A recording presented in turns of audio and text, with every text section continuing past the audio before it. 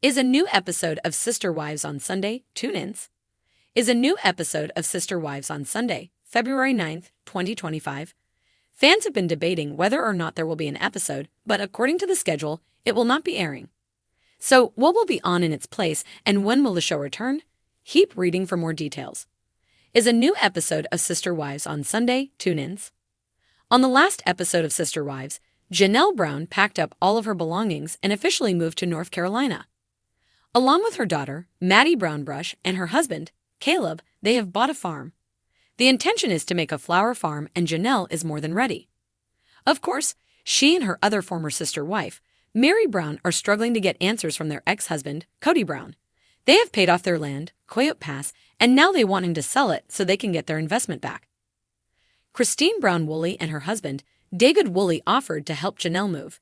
He drove the moving truck, but she noted that she was leaving Gabe, Garrison, and Savannah behind. Along the way, they stopped in New Orleans and took Janelle out for shots. This was a liberating experience for her and a sign of newfound freedom. As for Mary, she was torn because she had no idea if she really wanted to live at her B&B. Furthermore, she didn't know if that was even her dream anymore. Was there more she wanted to do? Finally, Robyn and Kody's daughter, Aurora, asked if her dad would baptize her. He was so overcome with emotions, but wanted to know how her church felt. Did they know his background, and did they accept him? It seemed they did, so that made things better given he had no idea Janelle was moving. So, what happens next? According to the schedule, Sister Wives will not be on tonight, and that is because the mid-season finale was Sunday, February 2nd. So, fans will have to wait a few months for it to return. In its place, for now, Sister Wives is on hiatus until the spring, and that is when the tell-all for season 19 will air. So, what will air in its place tonight? An extended episode of Bailin' Out Loud, and next week will likely be 90 Day Fiance, Pillow Talk. Then, starting on Sunday, February 23rd, the new series, The Baldwins, will fill the Southwest slot. It is a highly anticipated reality series revolving around Alec Baldwin and his very large family. Then, when that ends, Sister Wives will return. The episode opens with a sweeping shot of the Brown family's expansive property, the sun rising behind the mountains as the camera slowly zooms in on the home. The atmosphere is calm, but a sense of tension hangs in the air.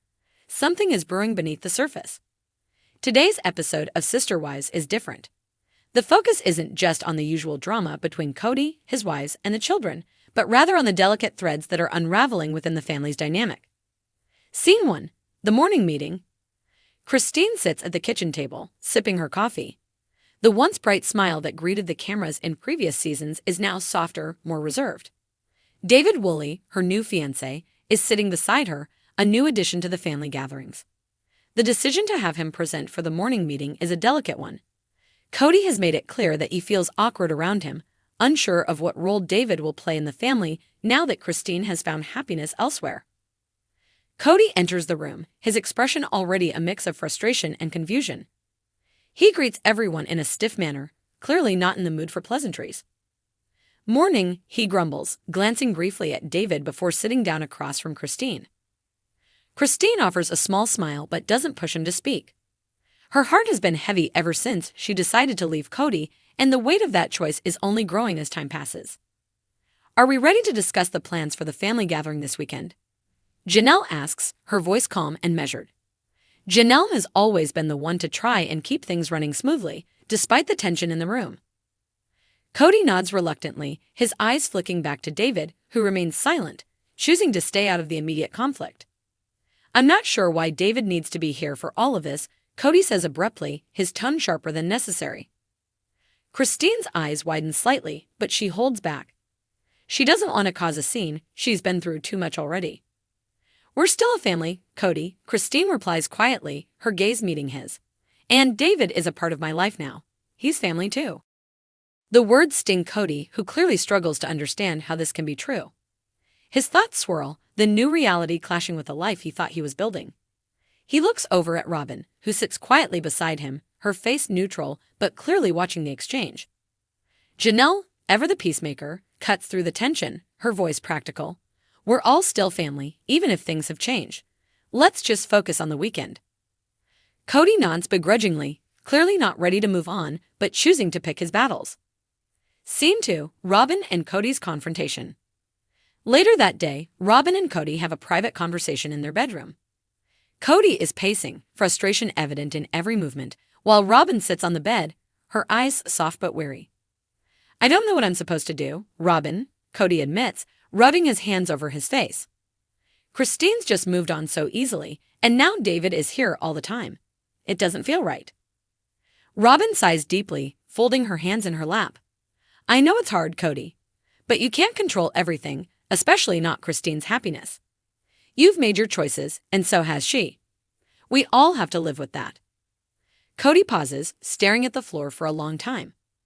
The silence is thick, and Robyn's words hit harder than he wants to admit. "I know," he mutters, still angry, "but it feels like I'm losing everything.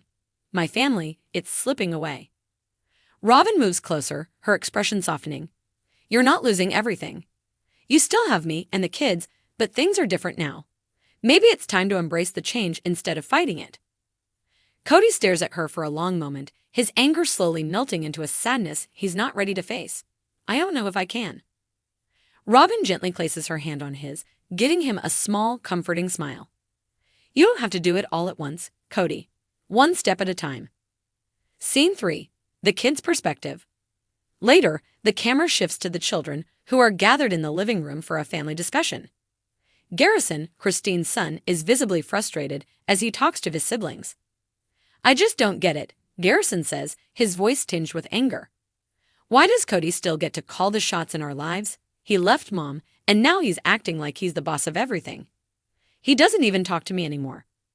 Isabel, Janelle's daughter, nods in agreement. "It's like he only cares about his own feelings, not anyone else's." The conversation shifts as the group begins to reflect on the shifting dynamics of the family.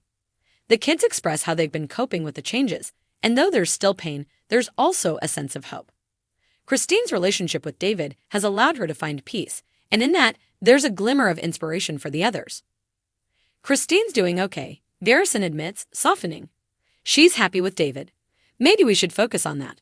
She's doing what she needs to do to feel whole again. Maybe we should too." The children's conversation is a moment of growth. Acceptance begins to form. They know that change is inevitable, and they're beginning to understand that they can still move forward, even if their family doesn't look the same as it once did. Scene 4. Cristin and David's intimate moment. As the day winds down, the final scene shows Cristin and David sitting outside, looking out over the horizon. The camera captures the peaceful serenity between them, a stark contrast to the chaos of the family dynamics inside.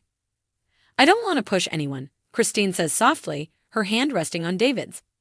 "But I also don't want to shrink myself. I need to be me, David, and I need to be okay with that." David smiles gently, squeezing her hand. "You're allowed to be you, Cristin. You deserve to be happy." The two of them sit in comfortable silence, watching the sun dip below the horizon, knowing that the road ahead will be full of challenges, but also full of promise. Cristin's journey of self-discovery has only just begun, and David's steady presence will be a grounding force for her moving forward. As the credits roll, the audience is left with a sense of uncertainty, but also a feeling of hope. Change is hard, and navigating the complexities of a plural family is even harder. But with each passing day, the Browns are learning to adapt, heal, and move forward in a way that honors their past while embracing the future.